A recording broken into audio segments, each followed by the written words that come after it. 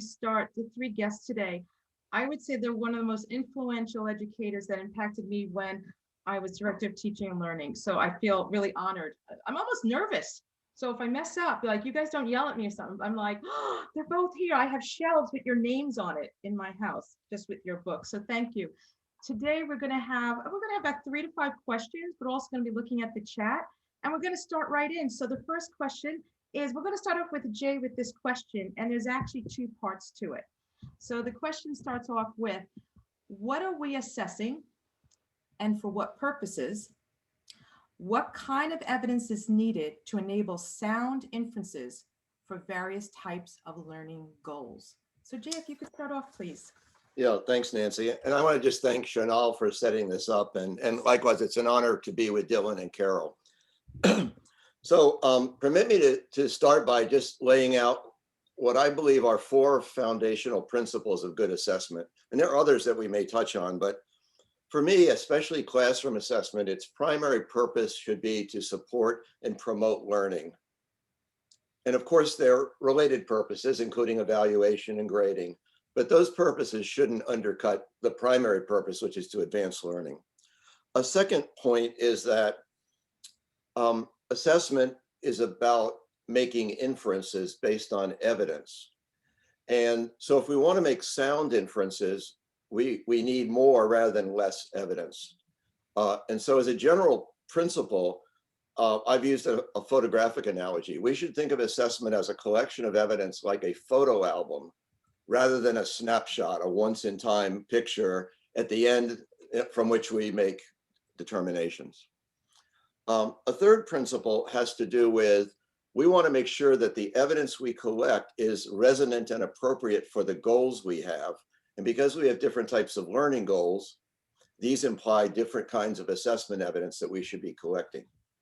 And the final point is that assessment, particularly classroom assessment, should be fair to learners. And one dimension of fairness is that it allows students to show their learning in ways that work for them. I know Carol will be talking more about this among other things. So more directly to your question, and it's going to highlight a third of the principles I just put forth. Here's a question. Are we assessing everything we value or everything that the standards or outcomes call for, or primarily the things that are easiest to test, measure, and grade? So my contention is goals inform and drive assessment. Clarity of the goals influences the kinds of assessments that we use. So broadly speaking, I propose that we can consider learning goals in terms of 4 broad categories. There's knowledge, things we want students to know. There are skills and processes that involve students doing things and applying learning. There are conceptual understandings that to me are more than just factual knowledge, and they're not only skills. And then there are dispositions, or some would call these habits of mind. So permit a quick example. Learning to drive. There's knowledge that a beginning driver needs to know. Rules of the road, meaning of signs and symbols in the highway. There are many skills they practice, starting with the basics of getting the coordination between the accelerator and the brake, parallel parking, merging into traffic, and so forth. There are conceptual understandings that undergird good driving, such as the concept of defensive driving. You may know the rules and you may be skilled, but you're sharing the road with idiots. And so defensive driving is a conceptual understanding that develops over time. And finally, we can look at dispositions such as patience when you're stuck in traffic, or courtesy.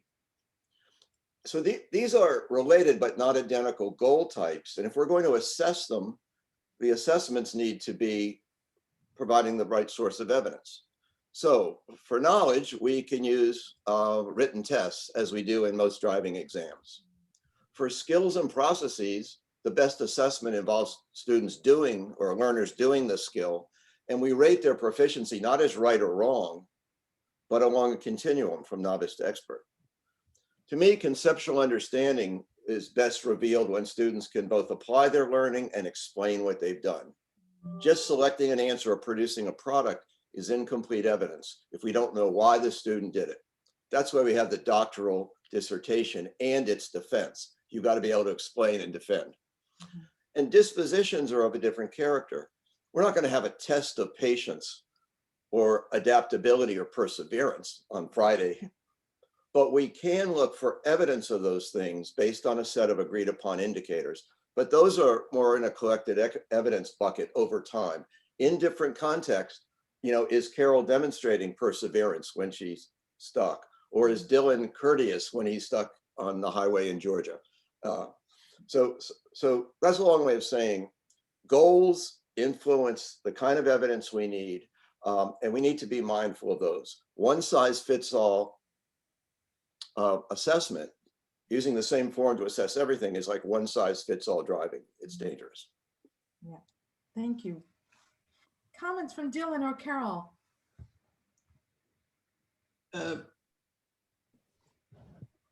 Well, yeah, so just real briefly, one of the things that fascinates me, because I have spent so many years in classrooms, is the interdependence among the classroom elements. And so it's interesting to me when Jay's talking about this, he started with an assessment question, but ended up very quickly having to talk about curriculum goals, because that's what drives the assessment. And then when he's talking about transfer, he's into instruction with things that kids are actually going to do.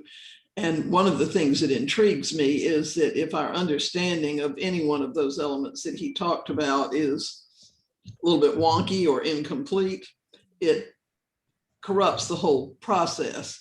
And so it's always interesting to me that in actual classroom terms, it's difficult to talk about one of those areas without talking about all of them. So one of my responses to what Jay said is liking that notion that you can see the pieces of the classroom come together. Studying just assessment, which we all continue to need to do, won't ever get us there unless we understand the curriculum piece and the instruction piece as well. Dylan, your thoughts? Well, I think it's just a perspective on this. And I think it might help people to understand what other people are saying in the context of what Jay just said. Many cognitive psychologists define learning as a change in long-term memory. And many people dislike that definition because they think it applies only to memorization. But the point is, to a cognitive psychologist, the kind of changes in driving behavior that Jay talked about are all in long-term memory because they're not in short-term memory. The model is everything that you can do is in long or short-term memory. If you have to relearn it, it's short-term memory. If you don't, it's in long-term memory. So that fund of knowledge, that way that you see that that person doesn't, coming out to a cross street, that person doesn't look like he's going to stop. That is the result of massive amounts of experience of driving. And this actually relates to the point that John Sweller makes about learning, which is that novices have to use thinking skills, experts use knowledge. So when experts solve problems, they often do it. It looks like they're thinking, but they're actually just realizing that this is exactly the same as a problem they've solved dozens of times in the past. And so I think that often people appear to be talking at cross purposes, when in fact, they're just using the terms in a different way. And I just think it's important to understand that when psychologists use the term long-term memory, it includes things like the dispositions that Jay mentioned. And so that can often lead to people saying, well, I disagree, but they're actually not disagreeing. They're just using the terms in a different way. Jay, were you about to say something? Oh, I agree with what Dylan said, but I want to distinguish between how long-term memories are formed and nested in the brain versus when students are learning and we want to assess how they're doing over a period of time. Yeah, I agree. And automaticity is one of the big goals, so that the cognitive load is lifted away from short-term memory and it becomes automatic, including defensive driving and habits of mind. You want those to kick in automatically. I agree. I think your imagery of the car has really resonated with the attendees in terms of that, conceptually understanding what you were saying. Even your photo album versus the photo is just brilliant. I've seen people use that in terms of trying to teach their kids that it's not this one photo that we're talking about. It's really that album, a collection But of them. this underscores Dylan's point in the cognitive psychologist. that if you're learning something new, linking it to something that you already know through analogy, et cetera, makes that connection. So. You know, Yeah. it leads directly to, oh, sorry, go ahead, Dylan. Well, I was going to say, and if people want to find out more about that, there's been some recent reviews of research on this technique called elaborative interrogation, where when you're told something new, you're explicitly encouraged to think about how this relates to something you already know. And the evidence is that it's actually quite powerful in terms of making learning sticky. I'll put that link in the chat. I know someone just wrote to me about it. You know, Dylan, this goes to the next question of looking at, so how is assessment supposed to improve learning? I mean, that's a huge question, and you have, you know, 5 minutes. an hour. So try it. So I think that when I was younger, I used to joke with teachers when I was talking to them about, you know, weighing the pig doesn't fatten it. And that's a very commonly used metaphor for assessment. Unfortunately, it's incorrect, because recent research on memory has shown that retrieving things from memory makes things stickier, makes your memory better, makes your recall of these things better. And the harder it is to retrieve things from memory, the bigger the impact on long-term learning. So it turns out that actually just sitting down and doing a test actually improves students' memory, even if the test isn't scored. So the assessment can actually improve learning just by giving you retrieval practice. There's some interesting research that was done on the effects of test-like events by Bangert Drowns and his colleagues back in the 1990s. And they looked at research on the impact of certain kinds of classroom practices. And normally you find that when you do research on trying to synthesize research, you find that studies with pre-tests usually give you smaller effects than studies that are just using a post-test, because the pre-test studies are more controlled. You've got better control over the variables. And what they were surprised to discover was that actually studies with pre-tests gave bigger effects than studies without pre-tests. And now we know that because of this memory effect, actually taking a test on things that you're about to learn actually makes that learning stickier. And so Barak Rosenshine's Principles of Instruction starts off with, reviewing previous information, and that always makes things sticky.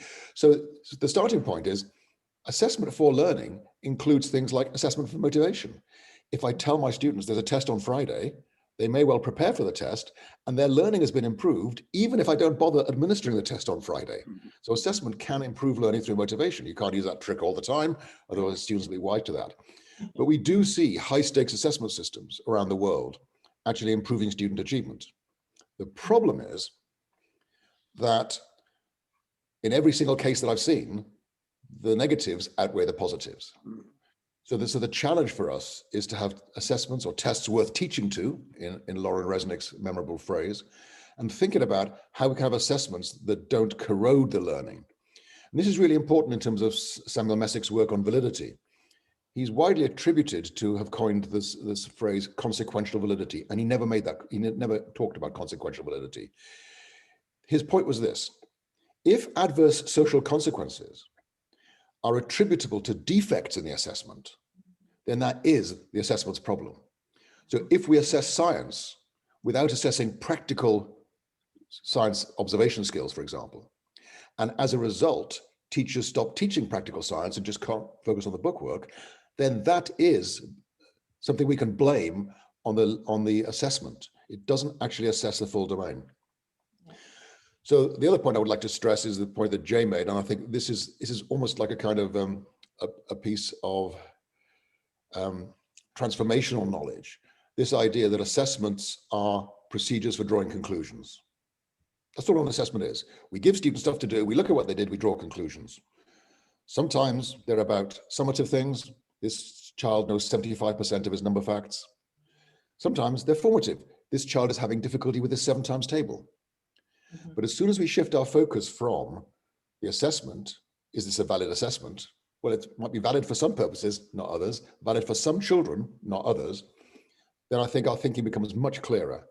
And then, of course, given that the work that I've been doing on formative assessment, we also know now that encouraging teachers to make sense of what it is that's going on in their students' heads, getting information from all the students in the group rather than just the confident volunteers, does improve student achievement.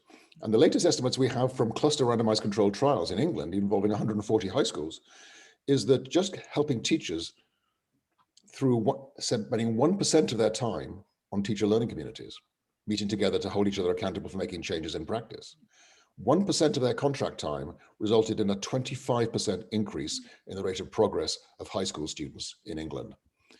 So those are the mechanisms, retrieval practice, motivation, giving teachers information about what went well, what didn't go well, but most importantly, how is assessment supposed to improve learning?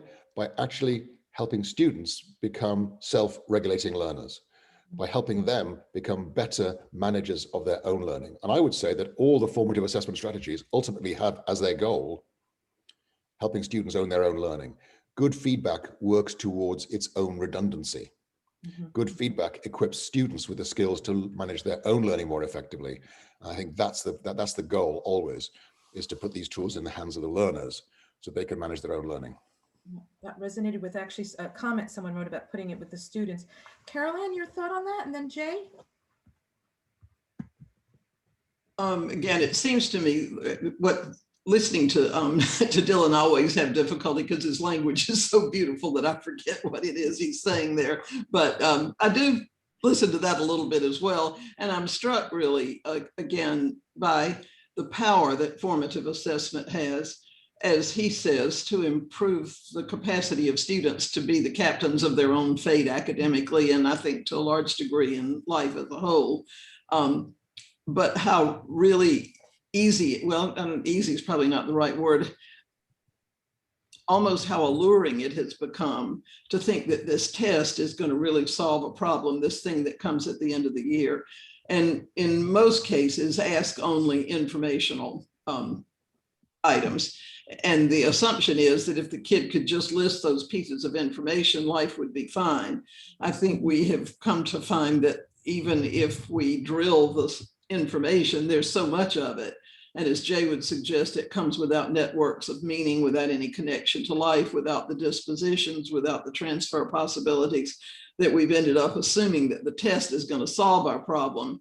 And I think it would be pretty easy to make the case that in many places, including often in the US, the test has really compounded our problems and kept us really from understanding the art of curriculum that Jay's talking about and the power of assessment that Dylan's talking about. So I think the definitional pieces there are really important. And what's really interesting to me today about listening to this is drilling down into what I would consider to be deep understandings of curriculum and assessment, and how hard it is, I think, for teachers to access that deep understanding in the environment in which we now live, related to standardized tests driving what we do in classrooms. Jay, the chat's going crazy. Your thoughts about this topic, this question? I want to link what Carol just said and what Dylan said previously around the question, how might our assessments, particularly classroom and school level assessments, improve learning? To me, another important dimension has always been motivation for students in learning, and the role assessment plays in that. I can tell you from work in North America, especially the US, but it's evidenced elsewhere, to Carol's point, that the influence of external high stakes accountability testing has had what I think is a pervasive, but also potentially corrosive influence on classroom learning.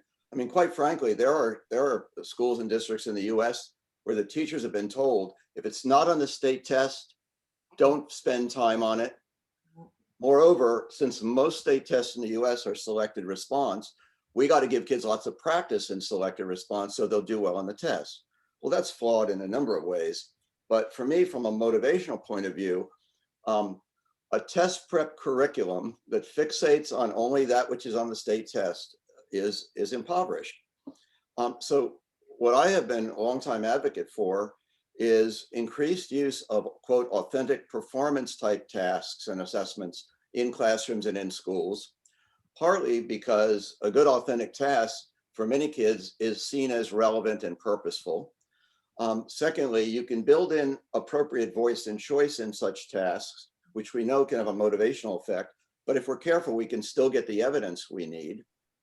An analogy, going right before our session started, we were talking about rugby, which is a game that Dylan has played and Nancy's son is playing. And so think about the game in athletics. The game in athletics is an authentic performance. And coaches plan backward from the game with the players they have, and they develop the knowledge needed, the skills, both individual and team, and also the understandings, the strategy of the game. But the game is what they plan for and what they work toward. And I propose that if we have our classroom assessments more as game-like, authentic performances that the kids know in advance, they know what a game looks like, they know what successful performance looks like, and that when we're practicing for the game, we're doing the right things. How many kids would spend time doing conditioning drills or working on isolated skills if they weren't going to put forth their efforts in a game with an audience against another team? I really think that underlying effective classroom assessment is the motivation to want to learn things and to want to have to see relevance and be able to apply it. This is in no way suggesting that we don't do other types of assessments. We can use selected response and skill checks to check for the component skills, but ultimately we want to be able to put it all together in game-like performance.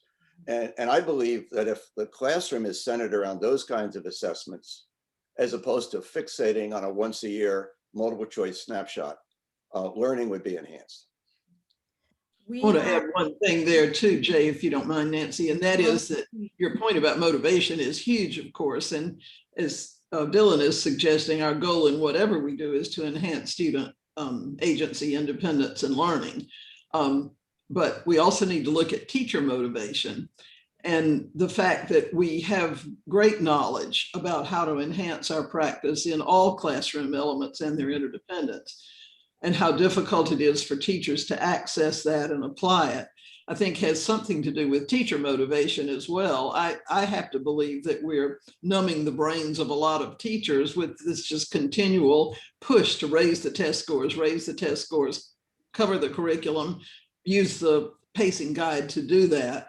And I think the notion of teacher motivation to be an innovator, to study the differences that both of you are talking about in student motivation, student need in terms of skill, becomes greatly diminished when we focus all of our work on right answer tests that come at the end of the year that we then don't have any opportunity to do anything with much. So I think we need to look at the whole impact on teachers as well as students of what you're saying. Dylan, your research prompts a few questions, and I guess one question holistically is, what country would you say has it most right in terms of setting assessments, or would you recommend any certain type of case study? I mean, that's a huge amount of the research, but they wanted to know what country and also any other useful case studies that you would recommend. I don't have anything to recommend, because the thing I've learned by studying assessment in different countries is that no assessment system makes sense when viewed from the outside. Good answer. Assessment systems are extraordinarily, exquisitely attuned to the constraints and affordances, the beliefs about learning, the beliefs about society. And so one of the dangers is this kind of policy tourism that our policymakers go on. They go and visit a country and to find out what's going on. And a classic example, Finland was recently touted as being the country that has the best ability to read things critically in newspapers, distinguishing fact from opinion. But in fact, a recent PISA survey found that in fact Finland was quite mediocre. The country where the students scored best at distinguishing fact from opinion, the USA. So, that's scary because we're bad with that here. We're not. We have QAnon to help us. 75 countries participating in PISA. Now, we're not great, but here's the important point. People often just go for these snapshots and there's this policy tourism that I've mentioned. And in fact, often the data doesn't support it. The reasons that they're successful are nothing to do with what we think they are. Even if they are, we can't reproduce them here. So I think we actually have to think about in our own systems how. Here's my advice though. I think every assessment system, particularly assessments that actually are designed to report on student achievement for high stakes purposes, needs to be synoptic. So there needs to be a summarization, a capstone project, the kind of thing that Jay mentioned. It also needs to be distributed So you're not collecting information right at the very end, as they do in Japan and France and Germany. It needs to be extensive so that all the things that we care about are in there. And Jay's point about the state mandated testing in the United States, those tests are invalid for the conclusions that people propose to draw from them. The reason that the practice in classrooms is so bad is because the assessments don't even assess the standards that they're meant to be assessing. And so because teachers then teach to the test, well, what do you expect? People respond to incentives. The point is that that bad practice in classrooms is directly attributable to the decisions of politicians to mandate low quality, low cost testing. And the USA is a standout to me in terms of thinking that we can test students for a few dollars per student. Other countries spend far more per kid on testing or assessment. And as a result, they don't screw up the $120,000, $150,000 they spend on educating each child in K-12 education. So there's a kind of false economy there. So the system needs to be extensive. It also needs to be trusted by stakeholders, and it also needs to be manageable for teachers and others. So I think if for me, those are the kind of touchstones we should actually be focusing on. Distributed, synoptic, extensive, trustworthy, and manageable. Those 5 things, I think, are the things to look for in looking at an assessment system, and how you might pick up some ideas from other countries in terms of thinking about your own. Any thoughts on that, Caroline or Jay?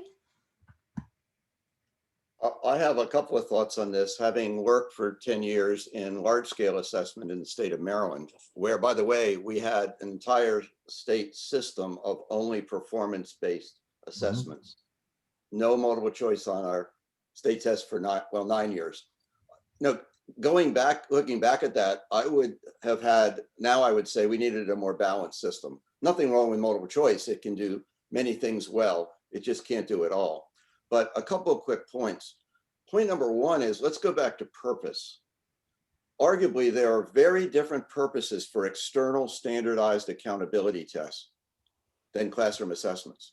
I think it's legitimate for the state or the nation to have some snapshot evidence of overall how schools are doing and how kids are performing. But number 1, you don't have to test every student every year on every item to get that information. We can do and should do matrix sampling in large scale assessment.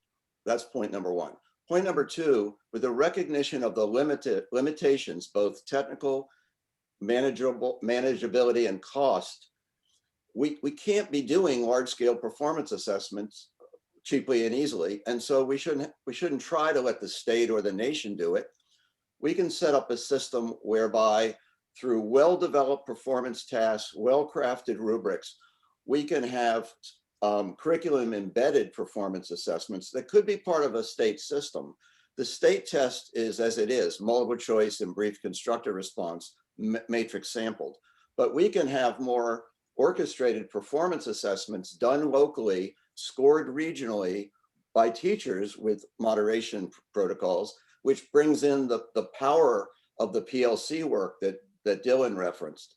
And we can get a much more, not only accurate portrayal, we can assess more of the things that matter, and we can have a true system rather than a once-a-year snapshot that only assesses a few things, and the stakes are so high it drives everything toward it.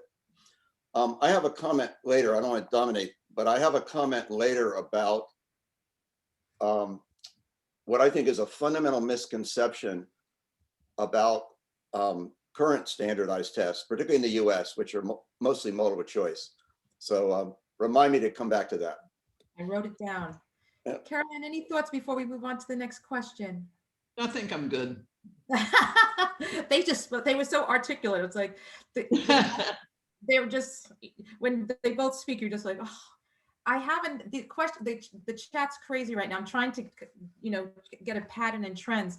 Another question that came up was the idea of assessing transfer. So I'll just read the exact question. It says, what can assessments do in enhancing students' ability to transfer their learning from a subject discipline to any new and unfamiliar context?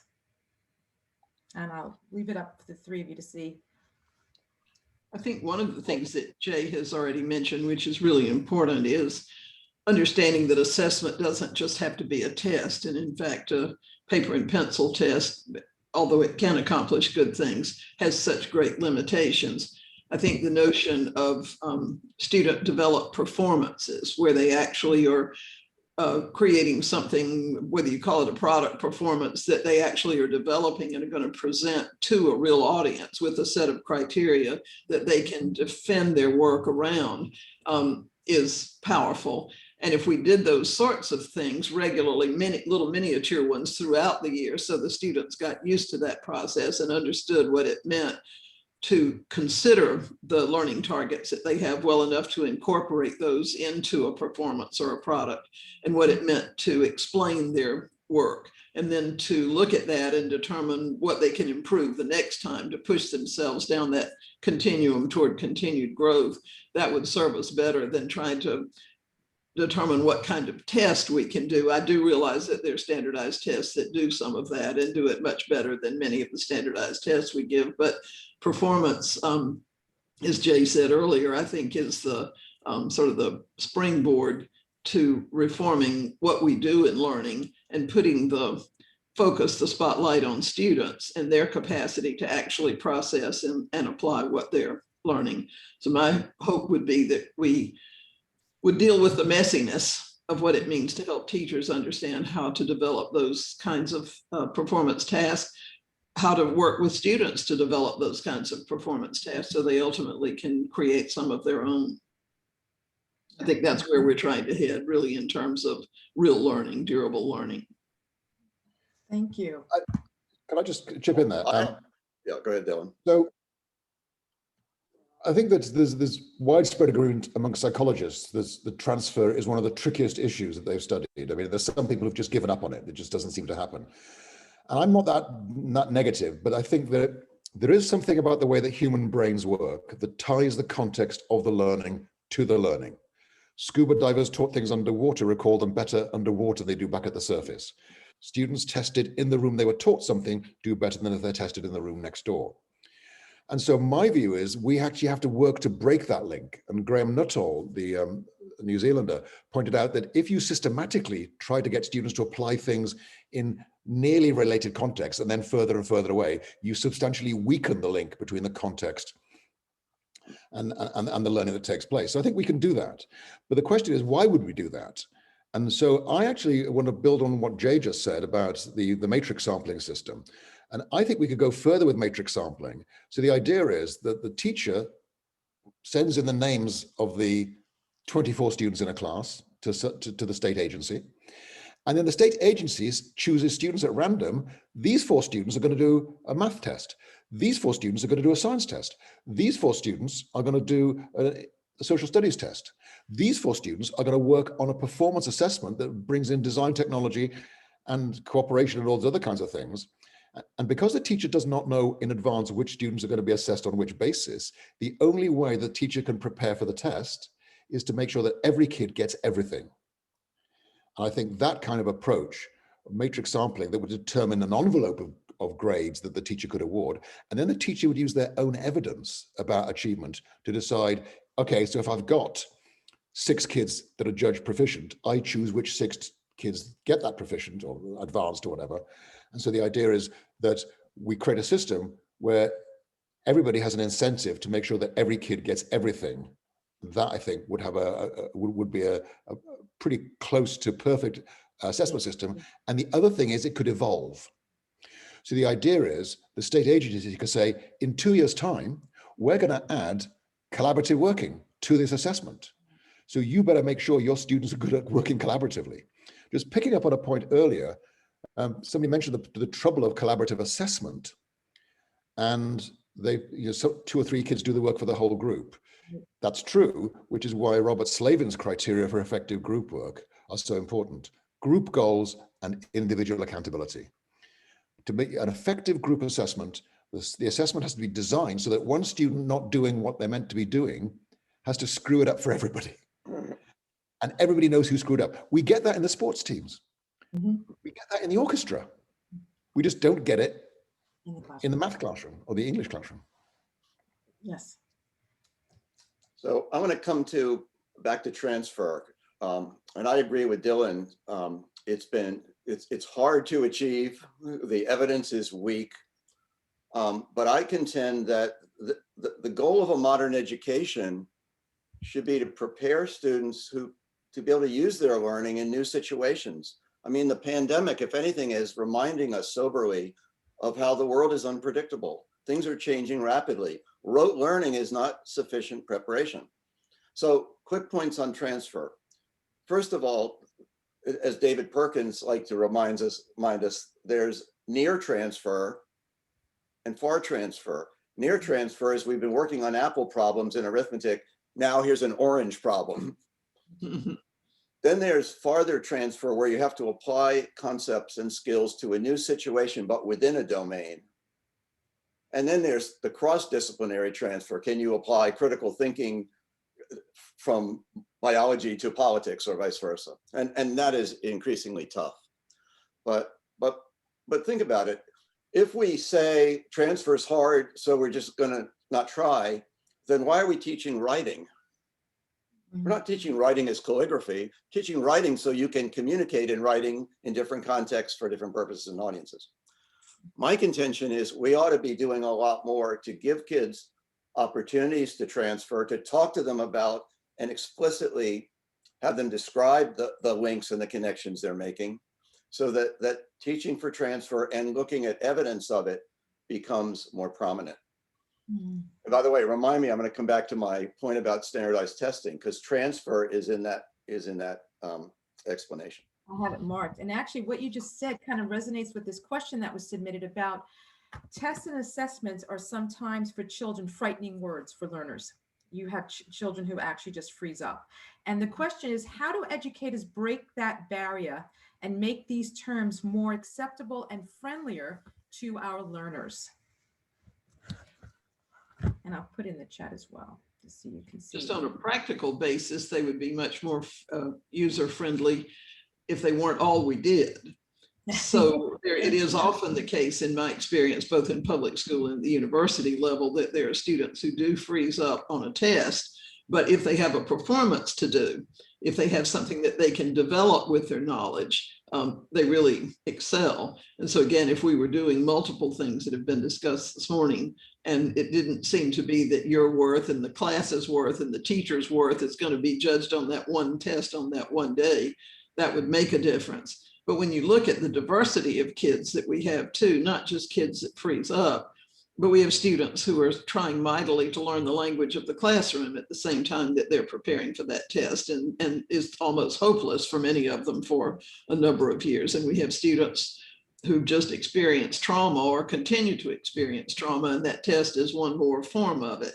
We have kids who can't sit still long enough to put their name on the piece of paper they just finished, and they're supposed to sit for 2 or 3 hours. We're really working as though we have small automatons that we can just turn on and they'll do whatever we ask them to do. So I think the variety of ways to express learning and opportunities to do it is part of an answer to that, as well as it is to the knowledge that we have about the purposes of assessment.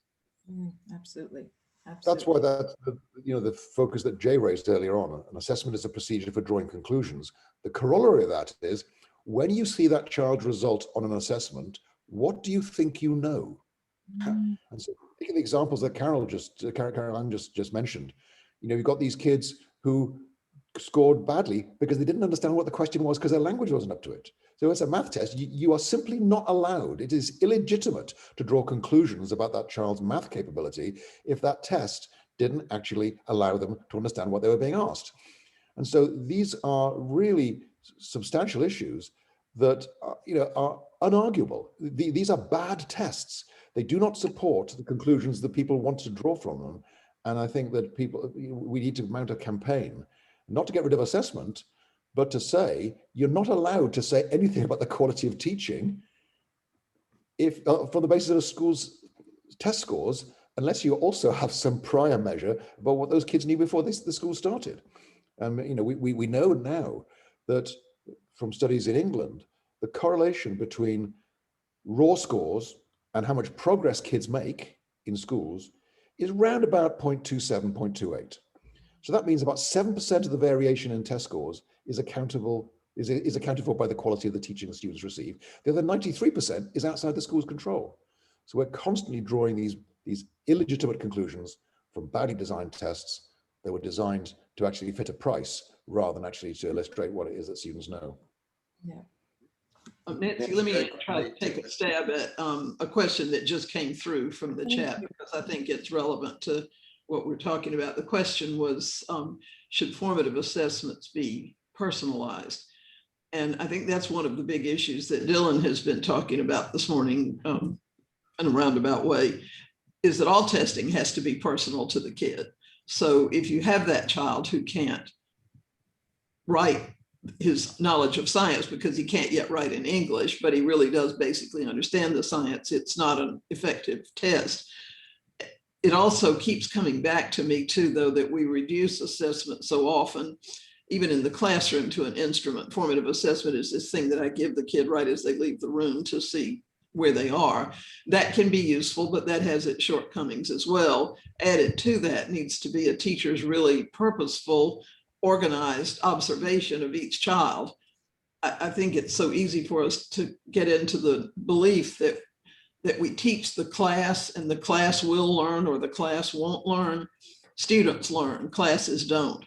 And I can do a brilliant job of helping 15 kids today understand something that they've been confused about in math. But if I have 15 others that are more confused than they were the day before, it was not a brilliant lesson. And only when I'm observing and watching can I see that. So I think Jay would agree that on a formative assessment, it's fine to change anything except what the learning targets are. So more time, write it in your language first and then translate it, say it to me instead of writing it down, draw a diagram that's well annotated, anything like that is fine. It's a kind of personalization. The goal is to reveal as much as that student knows about the learning targets and whatever that takes to do it in terms of adaptations. I think that's legitimate. So yeah, I think if we get the notion that the standardized test is the goal, then we have the sense that we can't modify anything on a formative assessment because nobody's going to modify anything on this standardized test that's coming. But the formative assessment is part of the process of learning. And so we need to be able to see what the student is doing, not just what the students are doing in that learning moment. Can I pick up on that? So following this idea that assessments are procedures for drawing inferences, I think the only sensible use of the words formative and summative is as classifications of inferences, not of assessments. So we actually use the information formatively or we use the information summatively. And so for me, the same assessment information could be used to draw conclusions about status, or it could be used to actually say, well, this is what this child needs next. So here's my sort of proposal for validity. Summative conclusions are validated by consistency of interpretations across different readers. The idea is we want different people to agree that this means that this is a good piece of work. Formative conclusions are validated by the instructional consequences. It doesn't matter if different teachers draw different conclusions from the same research evidence if they are equally effective in moving that child's learning forward. So the idea is that summative conclusions are validated by consistency of interpretations. Formative conclusions are validated by consequences. And I think if we keep that in mind, then we can actually make progress. If your formative assessment processes are helping you move that student's learning forward, then it's good formative assessment. Yeah. And if you're not using the formative assessment to move students' learning forward, it's pointless anyhow. Also not formative assessment, but not, I mean, all you've done is generate more pieces of paper and killed another tree. Yeah. Well, and that's why I point out that there is one reason never to do formative assessment, and that is you have no intention of doing anything with the evidence. Yeah. So basically, if there's no slack in your Read the exit pacing slips. line, Yeah. then don't bother collecting the evidence. Don't waste time. There's actually a nice study from Germany in 1987, from Helmke and Schrader, I'll post it in a minute, that showed that teachers who bothered getting evidence from students about their capabilities, but didn't have a range of teaching skills to take advantage of that, actually did worse than teachers who never bothered finding out what the kids were learning and just taught nonstop. Yeah, The teachers sure. both were the teachers who collected evidence and had the pedagogical skill to use them. Yeah. I'll post that now. So I'll make a quick comment that links the question to what we just heard. the question was about, or one of the questions was about, what about the kids that freeze or get freaked out by the test? I always like what I heard from Guy Claxton, who describes that there's a learning mode, and then at some point there's a performance mode. And you might think of formative, summative. I prefer formative and evaluative, because summative kind of implies at the end.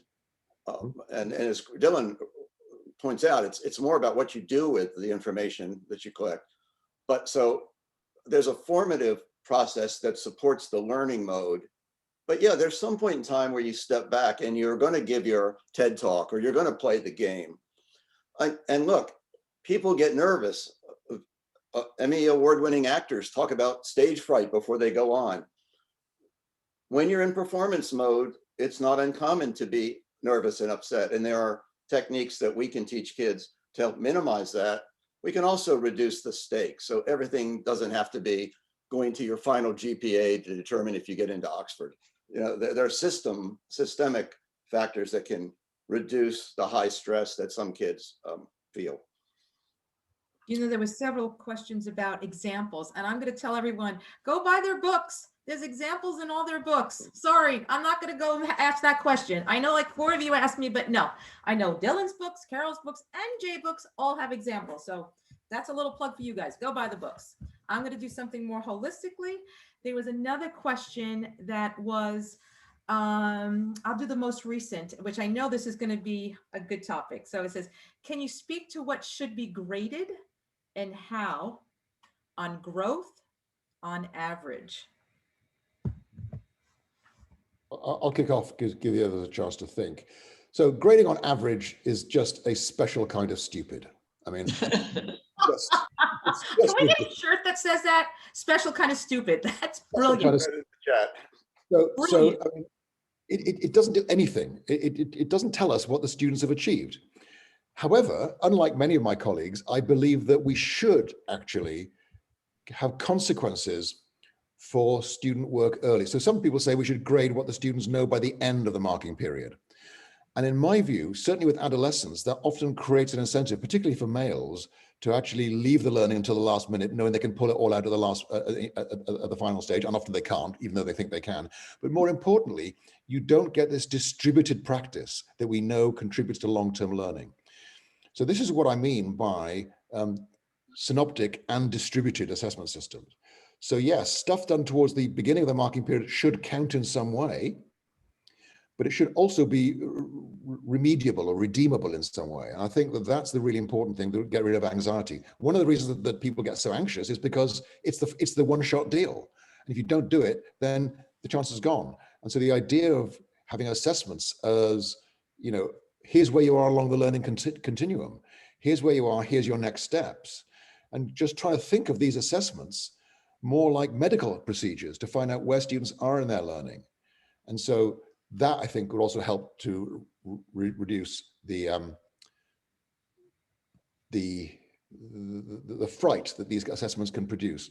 The other thing, and there's an article in Education Leadership where I wrote about this, I think the analogy of Chesterton's fence is very helpful.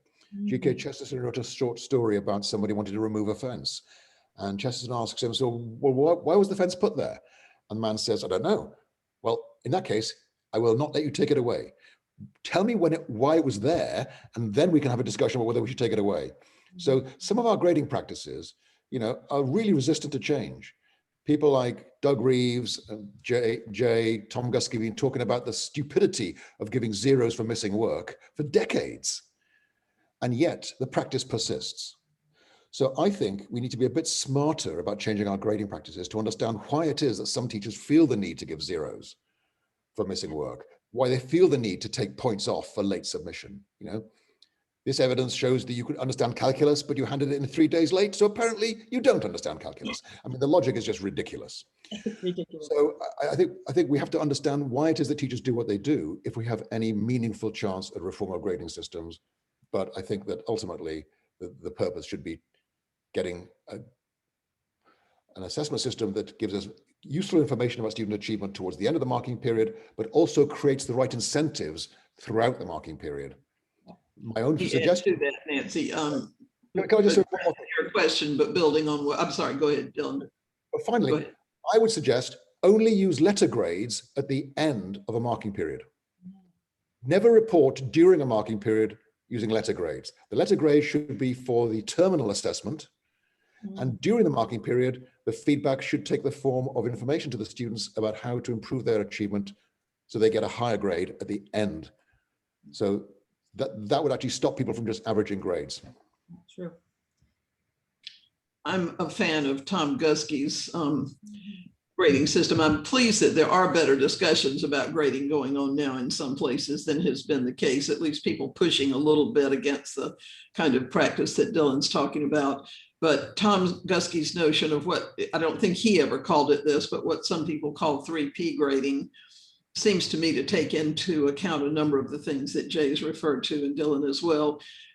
What he suggests is that in the end, with this reporting kind of notion, and would have to lead up from the beginning of a learning segment too, that we look at three separate things. The first P is performance or product. Given what the student's supposed to know and understand and be able to do and transfer, where are they with that? Just purely, as Dylan says, can they do the algebra? Not did they wait 2 weeks to turn in the paper that they were supposed to turn in? The second one is process, dispositions, habits of mind, the thing that Jay's been talking about. How well does this student understand how his or her actions, thinking, approaches to things increase or erode success? So what is the student doing in his or her own behalf to improve here? And the third one is progress, given where the student started, where is he or she now? To me, that makes great sense anytime, but particularly in classrooms today that are so diverse.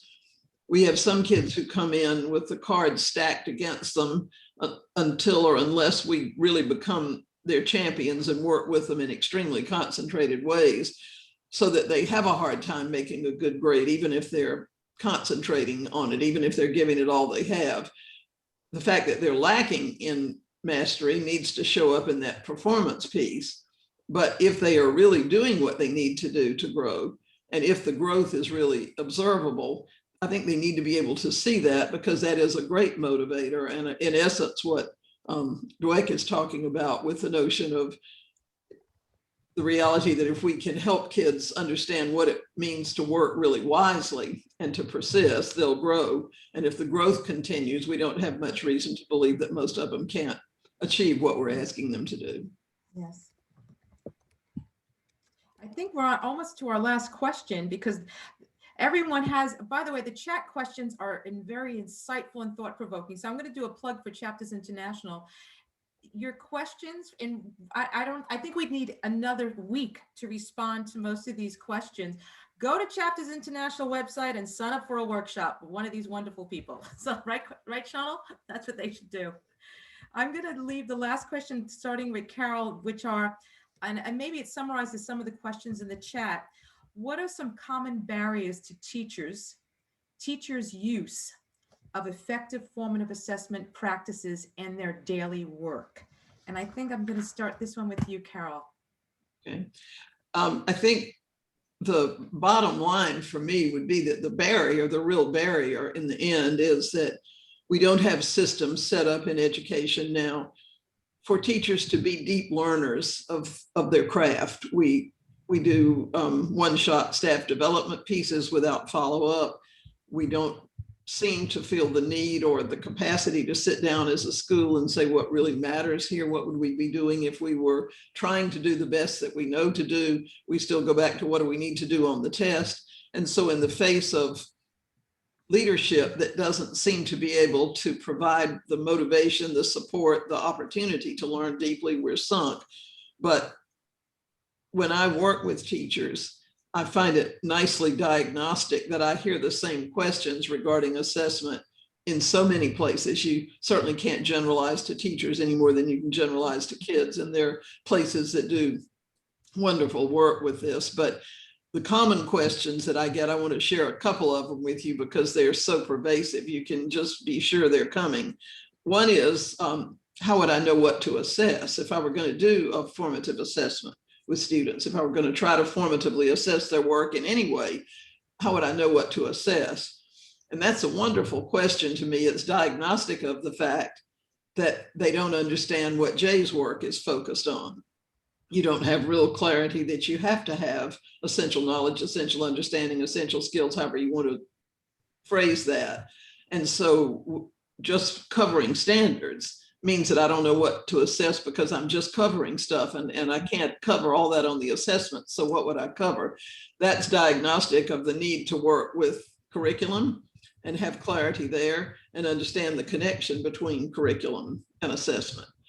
Another one that comes up all the time, statement related to formative assessment, is I don't have time to formatively assess. I can't get through all the stuff in the first place. And so how can I waste time on this assessment thing when I already don't have time to do what I need to do? That again is, I think, diagnostic of an instructional problem, which is that we still believe that teaching is telling. And if we have told the kids and given them a few practices, they must surely understand what it is that they need to be doing. It's also a time prioritization problem on two levels, I think. One thing that I hear from teachers is, I'm about to sink under the workload and you want me to add something else to the workload. If you really were using assessment, and particularly formative assessment process as well, I think you'd find that the workload becomes much less oppressive because you would understand where you're going better and you would see much more success and students would see that. So I think there's an issue on that one. We've already, Dylan already mentioned this, but another one is if I don't grade the work, they won't do it. Yeah. And, you know, kindergartners don't seem to be in that mode and first graders don't often seem to be there. But as the years go on, it becomes endemic to the population. And I think that's a problem on many levels. It's certainly a problem of misunderstanding motivation. As some folks have said, when you think grades are going to motivate kids, it doesn't motivate too many of them to do the right thing, but the ones that it does motivate, it only motivates to get grades, not to learn in a deep way. So that's an instructional problem to me, among other things, because it means that we're creating work that is so bland and so disconnected from kids' lives and the things they care about, that if you're not going to kind of whap them in the head with a stick, they're not going to do it.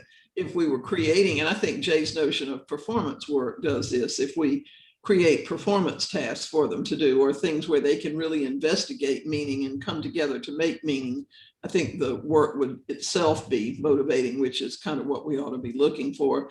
But those kinds of barriers, to go back to where I started, show me that in schools, we really have not sat down to think about, to discuss, to use as a framework, the notion of the curriculum assessment instruction connection and how that has to interrelate for good teaching and good learning to take place. One of the things that I find most frustrating, people say to me, I'd love to teach in this way, but I have to raise my test scores. Yes, that's right. The reason I find that frustrating is because my work has shown that if all you care about is test scores, then this is the best way to teach. So the study I just quoted on the 140 high schools in England, the outcome measure was the kids' grades on 8 examinations taken at the end of the compulsory period of high school. So these were high stakes, authentic assessments. These were high stakes standardized tests, you know, in math, science, history, geography. And yet giving teachers time to develop their classroom formative assessment practices improves students' achievement. So you don't have to choose. The second thing I would say is that we do have too much content. My hunch is different from Carol's. I think curriculum developers can't bear the thought that students have spare time on their hands, so they make sure there's stuff for the fastest learning kids to keep them busy all year, which means there's way too much for most people. And you could do the pacing guide approach, which I think is logically consistent, but immoral. So what I think we should do is, there's an interesting project in Philadelphia. They took the standards for a year, divided them into 6 6-week blocks. For each 6-week block, they allocated standards, and then at least 20% of those standards had to be designated as desirable rather than essential. In the first 5 weeks, the teacher teaches the essential stuff. The kids do an assessment at the end of the 5 weeks. And then if they do well, they can go on to the desirable. But if they don't do well, the teacher reviews the essential material. The important point is the teacher doesn't know what she's going to do in week 6 until she sees how the students did on a test at the end of week 5. And that means that the system is responsive to the students' needs and genuinely focusing on creating space for students to have a deeper understanding so the teacher can take more of the students with her. Jay, final thought was your fundamental misconception about standardized testing. You wanted to make sure. Yeah, very quickly. I agree with what they said. I wrote it down. Here it is. Grant Wiggins and I like to use an analogy that practicing for a standardized test to raise the scores is akin to practicing for your physical exam to become healthy. We're mistaking measures for goals, but here's the misconception too often. In the US at least, people assume that because most state tests rely on a selective response format, multiple choice, that they're testing low-level things. And so a lot of the practice tests are lower level than actually what the standardized test items call for. The most widely missed items on standardized tests, at least in the US, and Dylan can see if I'm correct more internationally, are not items of basic facts or basic skills, right? The most widely missed items involve some degree of transfer. They have to approach a math problem they've never seen before, and it's not just plug in, it involves multiple steps and reasoning. They're given a reading passage they've never seen before, and they have to do some inference or interpretation. My therefore is, don't practice for your physical exam. Live a healthy educational life, i.e. teach for understanding and transfer, give kids lots of practice applying their learning, and that is the best test prep, rather than doing multiple choice test prep worksheets. What a powerful way to bring this to a close. I mean, everyone's going crazy in the chat, and I thought-provoking. That's putting it simply. It's been, I think, inspirational, as someone wrote.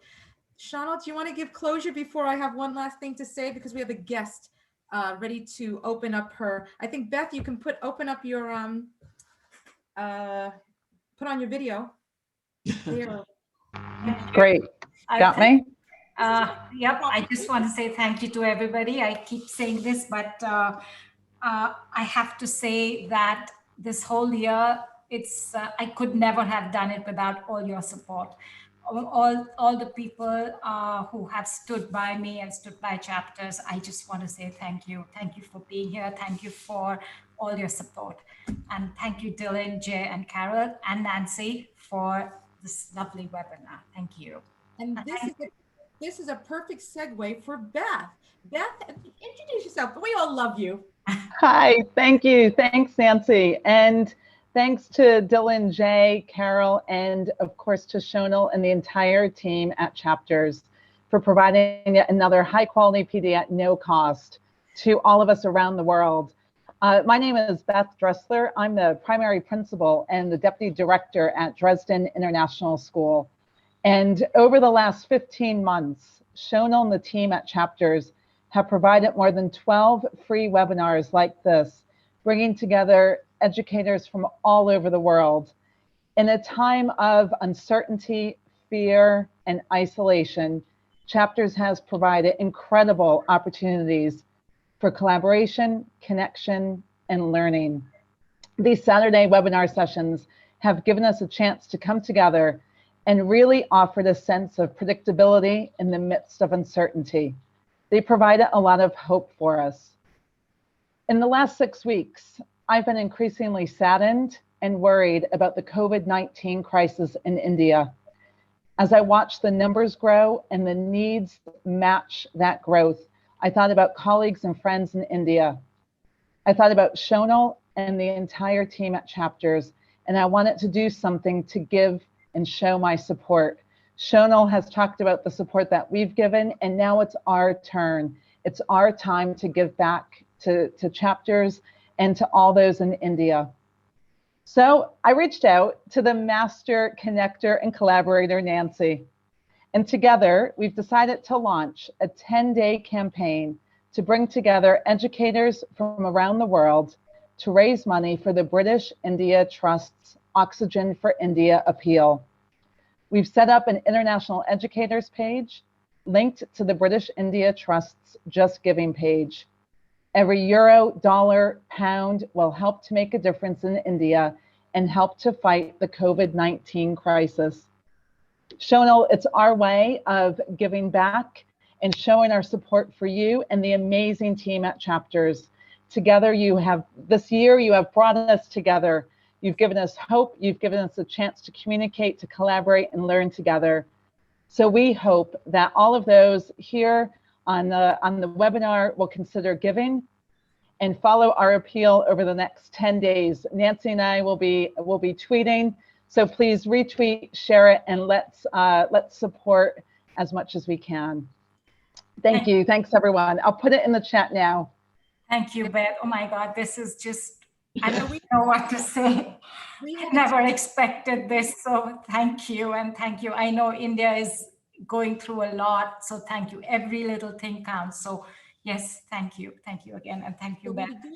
Our pleasure. Thank you.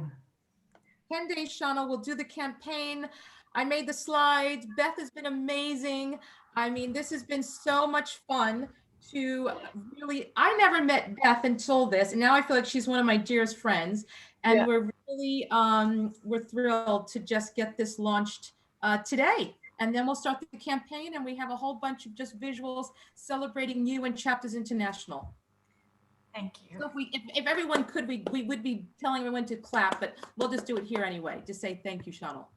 Thank you. Yeah, thank you, thanks. And thanks, Nancy, for your support. It's been so fun. And what we can't wait for is that face-to-face gathering at some point for a Chapters event, right? Absolutely. Looking Yeah. forward to that. Thank Yeah, you. thank you. You're amazing. You're absolutely amazing, Beth.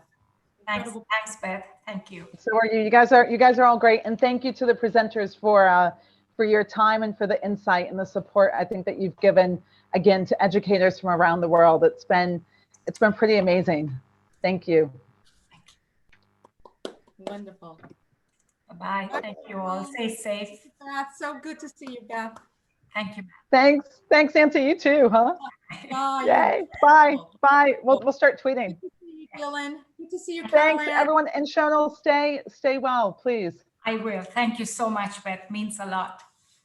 Yeah, gosh, you mean the world. You're an amazing lady. So thanks for everything. Yeah, you are. Safe Shawna. travels, Dylan. Drive safely. Yes. I know. Yeah, I know. Position. Yeah. Bring snacks. Drive safe. Hope to see you all in Luxembourg soon. Inshallah, as they say now. Bye, everybody. Bye-bye. Thank you. Bye. Bye. Bye. See you. Bye. Thank you. Thanks. Bye, Dylan. Bye, Carol.